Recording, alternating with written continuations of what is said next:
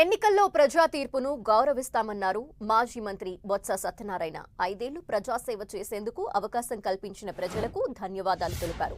అవినీతి లేకుండా పాలన అందించామని, కొత్త ప్రభుత్వం కూడా అవినీతి లేని సంక్షేమం, అభివృద్ధి అందించాలని బొత్స కోరారు.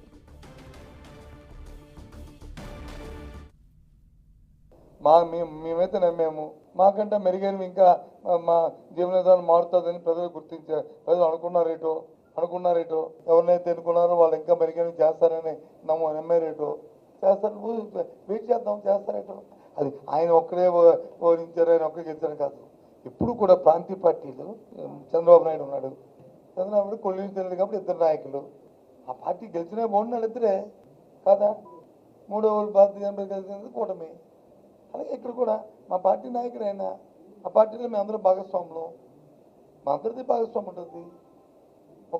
ఆయన ఒక్కడే అనేది ఏ రకంగా పార్టీ ఓడిపోయింది తప్ప ఆయన ఒక్కడే దాన్ని గెలిచాడు కదా. పార్టీ ఓడిపోయింది. ఇక్కడ మా విధానాలు మేము నమ్మిన విధానం మా ప్రజలు దాన్ని అంగీకరించలేదు.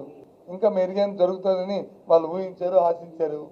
సరే, వాళ్ళు ఊహించింది ఆశించింది జరగాలని భగవంతుడు వాళ్ళకి మా బలం ఇవ్వాలని కోరుకుంటున్నాను. తప్పే ఉంది. మా పరిస్థితి, రాష్ట్రంలో పరిస్థితులు మేము చెప్పాం. అందుకని ఇంక పెరిగి తెచ్చుకొచ్చి ఏమైనా అక్షయపాత్రం చేస్తే మంచిది, సంతోషం ఉంది. ఎవరి చేతిలో ఈ అద్భుత దీపాలు ఉన్నాయో, ఎవరి చేతిలో ఈ విధానంలో ఏమైనా మెరుకులు ఉన్నాయో మానవ జీవితంలో ఏం చెప్తాం.